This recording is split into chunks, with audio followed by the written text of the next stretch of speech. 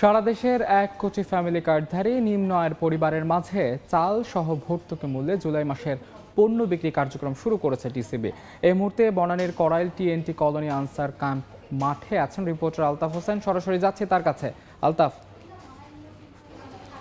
প্রতি মাসেই নিম্ন এবং স্বল্প আয়ের মানুষের মাঝে চাল, তেল সহ বেশ কিছু নিত্যপণ্য বিক্রি করে থাকে সরকারি বিপণন সংস্থা টিসিবি। তারই ধারাবাহিকতায় জুলাই মাসের জন্য এই নিত্যপণ্যের তাদের কার্যক্রম বিক্রির যে উদ্বোধন সেটি শুরু হয়েছে Banani colony TND colony Ansar camp মাঠে কিছুক্ষণ আগে, অর্থাৎ 10টার পরে এই বিক্রয় কার্যক্রম উদ্বোধন করেন বাণিজ্য সচিব মহাং সেলিম উদ্দিন। এবং তিনি উদ্বোধন করার পর থেকে আমরা দেখছি যে টিসিবি তাদের বিক্রয় কার্যক্রম চালিয়ে যাচ্ছে। মূলত এই মাসে ভোজ্য তেল, মসুর ডাল এবং চাউল তারা বিক্রি করছে। সেখানে আমরা দেখছি ভোজ্য তেল 100 টাকা লিটার এবং মসুর ডাল 60 টাকা, আর চাল বিক্রি করা হচ্ছে 30 টাকা কেজিতে।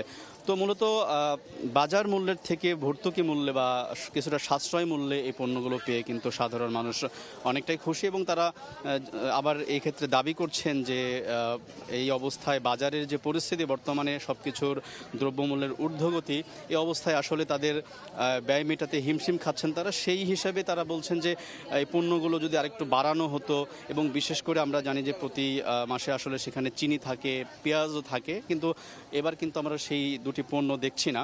সেই ক্ষেত্রে বাণিজ্য মন্ত্রণালয়, বিশেষ করে বাণিজ্য সচিব, তিনি আমাদেরকে যে জানিয়েছিলেন যে আসলে পর্যাপ্ত পরিমাণ পেঁয়াজ এবং চিনি মজুত না থাকায় সেটি এই মাসে আসলে দেওয়া সম্ভব হচ্ছে না। তবে তারা চেষ্টা চালিয়ে যাচ্ছেন, তারা এই পেঁয়াজ এবং চিনি এই পণ্য দুটি তারা হয়তো এর সাথে যোগ করবেন। তবে বাণিজ্য সচিবকে আমরা যেটি বলতে শুনেছি, তিনি এবার হচ্ছে স্মার্ট ফ্যামিলি কার্ডের মাধ্যমে এই মাসের প্রথম বিক্রয় কার্যক্রম শুরু হলো, এবং সেই স্মার্ট ফ্যামিলি কার্ড আসলে বিতরণ অব্যাহত রয়েছে এবং আগামী 2-3 মাস পর্যন্ত কিন্তু এই ফ্যামিলি কার্ড বিতরণ কার্যক্রম চলবে। এবং এই 3 মাসের মধ্যে তারা বলছেন যে ফ্যামিলি কার্ড বিতরণ শেষ হবে, এবং তখন এই কার্যক্রমটি তাদের জন্য আরও সহজ হবে বলে তারা কিন্তু আমাদেরকে জানিয়েছেন, বাণিজ্য সচিব বলেছেন। একই সঙ্গে টিসিবির এই বিক্রয় কার্যক্রম বাণিজ্য সচিব যিনি বললেন যে বিগত দিনে যেভাবে করে নিত্যপণ্যের ঊর্ধ্বগতির বাজারের নাভিশ্বাস সেই সময় আসলে টিসিবির এই কার্যক্রমটি অনেকটাই সুবিধা পাচ্ছেন সাধারণ খেটে খাওয়া মানুষ। সেই কার্যক্রম তারা অব্যাহত রাখবেন এবং ভবিষ্যতে পণ্যগুলো আরও বাড়ানোর তারা চিন্তা ভাবনা করছেন।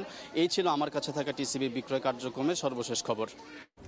টিসিবির পণ্য বিক্রি কার্যক্রমের সবশেষ খবর জানতে সরাসরি যুক্ত ছিলাম বনানীতে।